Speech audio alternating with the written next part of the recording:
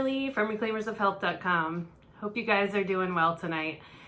The last 2 nights I have stuck a Q&A little box on my Instagram stories asking moms to, send their questions to me on children's health with the intention of using the questions for posts to answer your questions.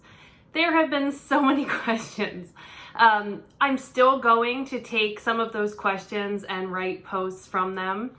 But I thought I would pop on here and do a video and try to answer a bunch of questions in 15 or so minutes, waiting for an interview this evening. So I thought I'm actually dressed, which those of you that are living this life right now, it's a messy mom bun, a pair of yoga pants.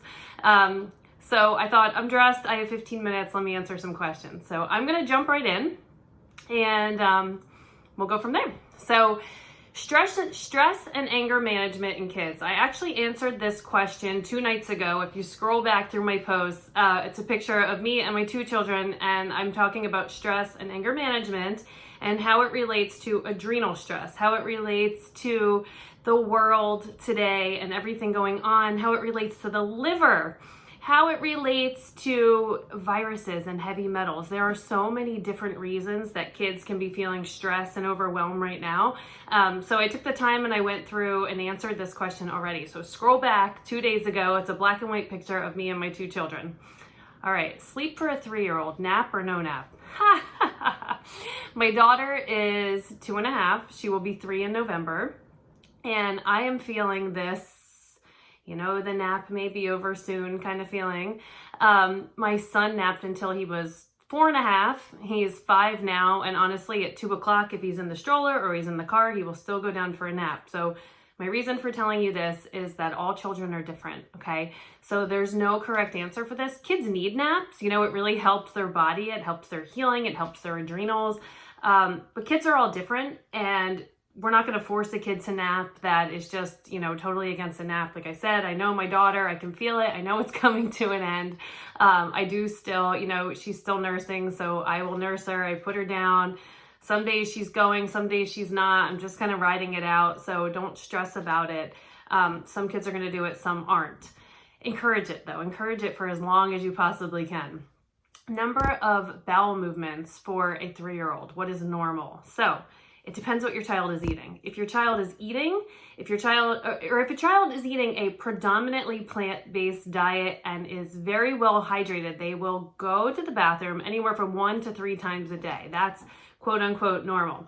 Some more, some less, more if they're going through an active detox. Again, we don't try to push too hard with the detox with kids. However, if we're pushing a lot of fruits and vegetables, if we're trying to get things moving, if we're trying to really heal the body from some symptom or condition, it may be more than that.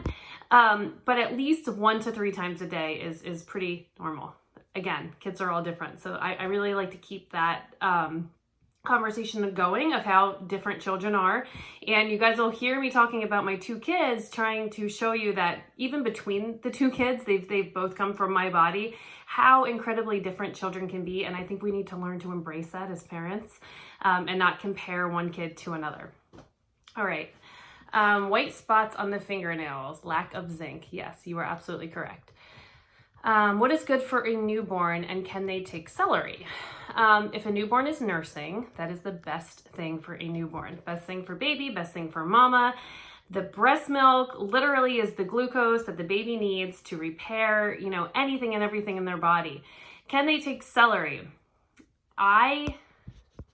Okay, so the best thing to do is for mom to actually drink celery and have baby get the celery through the breast milk with a very small newborn baby. If baby is experiencing some kind of health issues, there are times when we will start the baby, younger than 6 months or 4 months with a couple drops of celery juice, but that would be something that you would want to speak with your practitioner about or your pediatrician before going ahead and doing that. But the best thing that you can do is to go ahead and drink the celery juice yourself and let the baby get the celery juice through your breast milk. What else is good for a newborn baby? Again, for mom to be off those no foods, for mom to not be feeding the pathogens in her own body, and for mom to be doing celery juice, heavy metal detox smoothie, and the key supplements for supporting the body during nursing.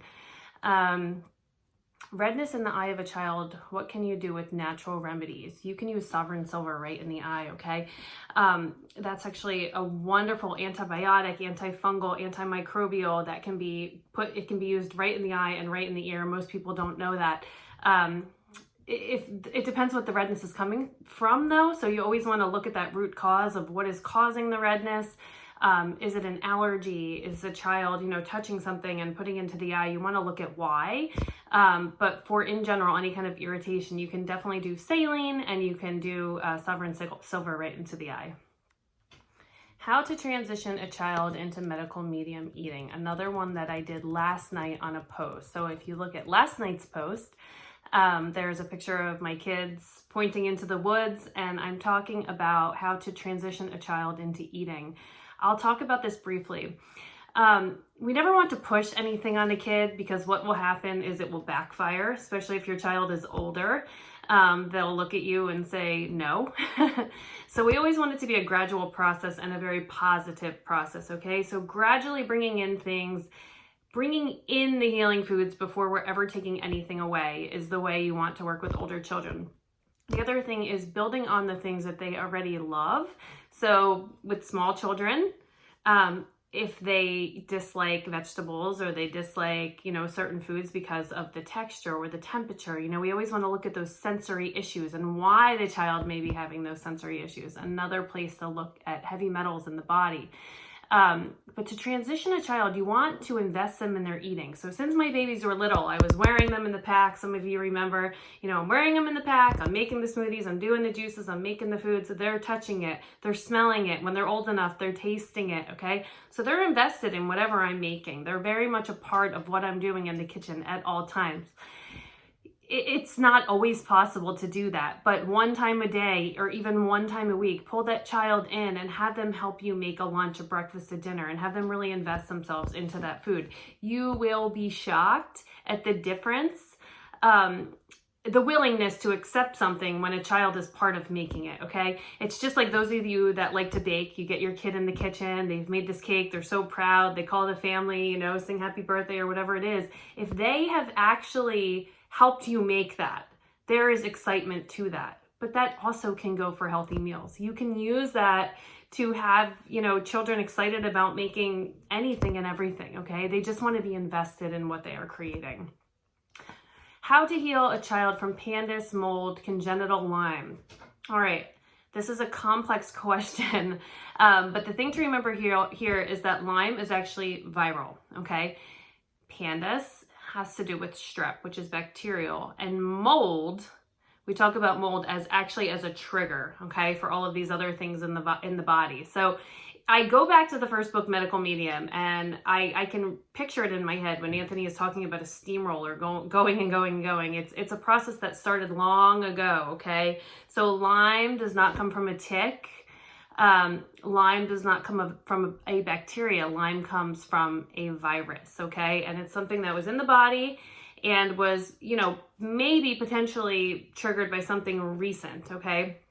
So it's not that we have to treat Lyme. We actually have to treat the heavy metals, okay? We have to treat the viral load in the body, which can be a multitude of different things. Every single person's body is different. So when it comes to pandus and it comes to looking at the strep, you want to look at the foods that are specifically for killing strep and herbs. Golden seal is a big one when it comes to strep, okay? The biggest thing to remember there, if you're using it with a small child, please work with a doctor or a practitioner, but you want to do 2 weeks on, 2 weeks off. The viral piece of Lyme, you have to figure out what it is in your specific child that is triggering the symptoms. So a lot of times, like Anthony says, the viruses and the heavy metals work together. So you really want to jump on the heavy metal detox smoothie if possible. If not, start with wild blueberries. Kids love wild blueberries with a little honey. They'll eat that all day long. Wild blueberries really work as a binder to pull things out of the body. Moms are always worried about all these special sprays and things and protocols. But if you really just look at Anthony's information, it really is simple. You get those 5 ingredients in. If you can't, just start with those wild blueberries. They are so critically important to bringing things out of the body. if a breastfed baby is under 6 months old and has a cold, can you give celery juice or something else? It's really similar to the first question up above. The best way for a child under 6 months of age is for mom to take the supplements herself. So just up your vitamin C, up your zinc.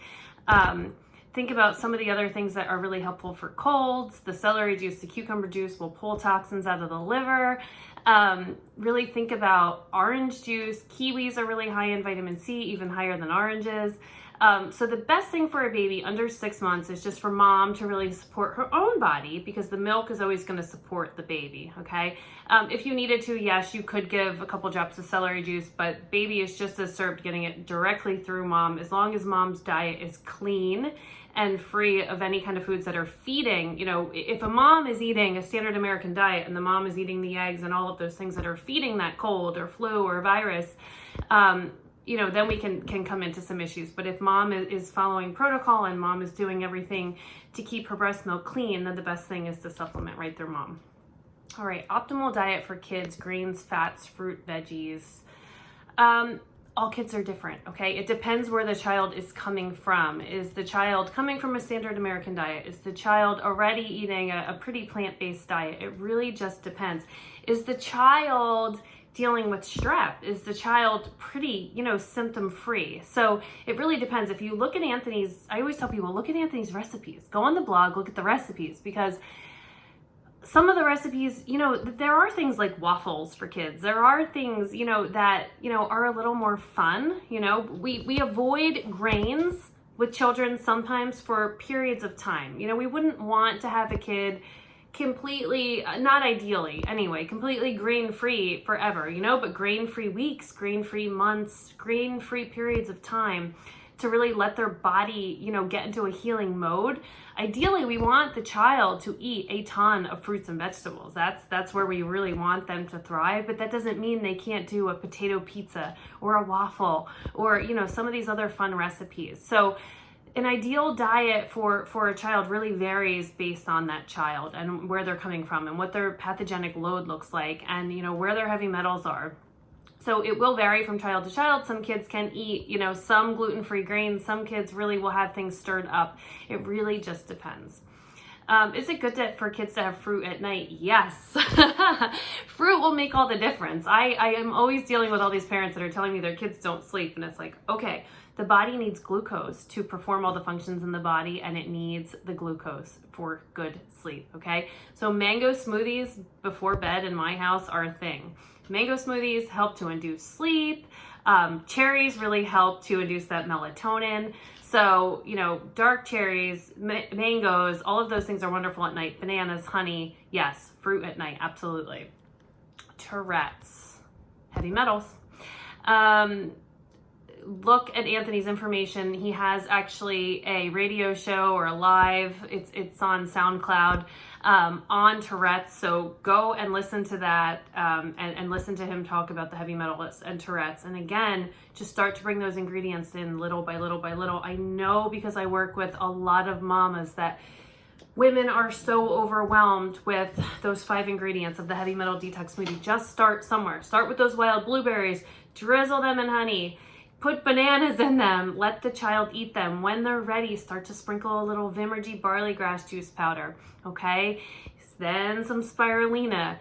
It will make almost like a soupy kind of yummy dip, if you will. Then you can get there with the cilantro. You know, you might have to put that into maybe some guacamole. Sometimes you really have to get creative with kids. It's just, you know, where it is. And that's what I love about working with kids, that creativity piece. What works for one kid will not work for the next kid, but it's really fun. We have to look at what the child loves. What textures are they drawn to? What foods do they love? What colors do they like? Do they want the pink princess juice? You know, we have to get really creative when it comes to children, and that's the fun part. So you can just start with one ingredient, and then, you know, little by little by little by little by little, you start to bring that in. Dulse. Kids actually love dulse. It sounds funny, but it's salty. So if you can sprinkle that onto something they're already eating, guacamole, into some hummus, cucumbers. My kids will do anything for sliced cucumbers with a little dulse. Try it. To you, it might sound like, oh, that's really strange, but it really is. It's salty, and kids like that, you know, kind of flavor. So just try that. Can we do anything during pregnancy to avoid a jaundiced baby? Yes, support your liver, okay? So celery juice if you can. I know that the mamas come to me and they say, oh, I can't stomach it in the first trimester. I'm so nauseous. Do the best you can. If you can do some red apple juice, if you can do some cucumber juice, if you can do the celery juice at night when the nausea wears off, then second trimester comes along and you bring that celery juice back in the morning. I feel ya. I know what it feels like. So it's all about finding what works for you in your specific situation, understanding that every pregnancy is also different. My first pregnancy was before medical medium. I was sick. I threw up. I couldn't be in a car. Every time my husband would turn the car, I would be opening the door and throwing up. Okay, second pregnancy was not like that. They're all different. And the more work you do on your body, the better you will feel. So support your liver. Red apples, cucumbers, celery juice, greens, all of those things. Again, pregnant ladies, listen to your body, because yes, sometimes it's difficult to get those things in. So my advice always for pregnant women is find a replacement within the foods that are going to support your body. So if you're craving just some kind of crispy, chippy thing, get your potatoes out, slice them thin, bake them in the oven on some parchment paper. Find something that supports your body versus some junk that you're going to pull off the shelf and eat some, you know, bad oil potato chips, okay? So find a replacement that works, and then when you can, start bringing things back in. Green smoothies, juices, those things. All right. I can't get my son to eat vegetables. He gags when I put them in his mouth. I would be looking at sensory issues. Is there a reason that he's gagging? Is he not liking the texture of the vegetables? Okay, so try raw vegetables. Try vegetables that are slightly steamed. Try mashed vegetables. So try different things. Try different temperatures. And really see what the issue is. What is his preference? And once you find his preference, so say it's, you know, he really likes mashed, or he'll eat something like mashed potatoes. Then you try to take something like peas and put it in, okay? So you're really bridging off of the texture that he is accepting, and you're adding to that, okay? Then you gradually work up from there as you're bringing in things like the heavy metal detox smoothie to get to the root cause of those sensory issues, okay? But he has to eat, and we have to get him eating vegetables. The other thing you can do is to put greens into a smoothie. Make a fruit smoothie, whatever he likes, mangoes, dates, bananas, cover the flavor of most things, and throw greens in there. Spinach, kale, wonderful. Can dyslexia be healed with heavy metal detox smoothie? Dyslexia has everything to do with heavy metals, okay? So that's what I'm gonna say to you. Have I seen it? Absolutely, all right. Is homeschooling a better choice at this time? What is a better choice at this time is a personal question. There are so many of us going back and forth. I can tell you that I'm homeschooling. I actually decided before this all started that I was going to homeschool. My son's only going into kindergarten, so it's not a huge big deal.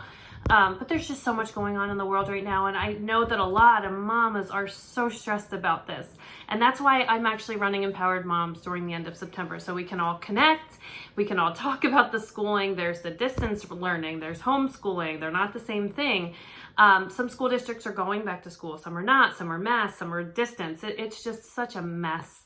And that's why it's so important that we support our own adrenals, but there's no one good answer. What may be right for your child may not be the same as what's right for my child. Listen to your heart, listen to your intuition. If your intuition is telling you to keep that baby home, then keep that baby home. Can POTS be healed? Absolutely. Hundreds of times. Support the adrenals, eat every hour.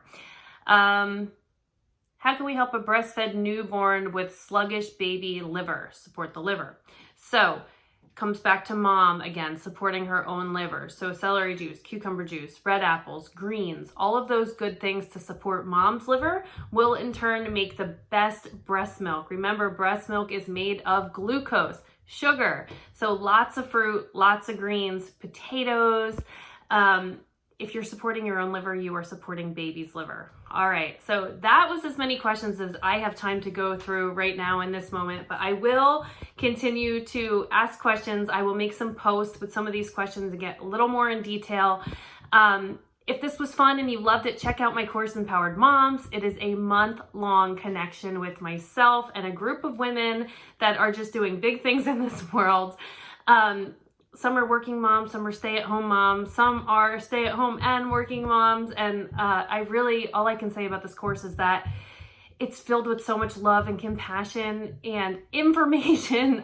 This course has been running since 2017. Since then, I have added something every single round. So it is just so full of bonuses and information on acute care, on, every single day care, on speech and language disorders, on nursing, on feeding, on college students, on high school students. I mean, you name it, this course covers it.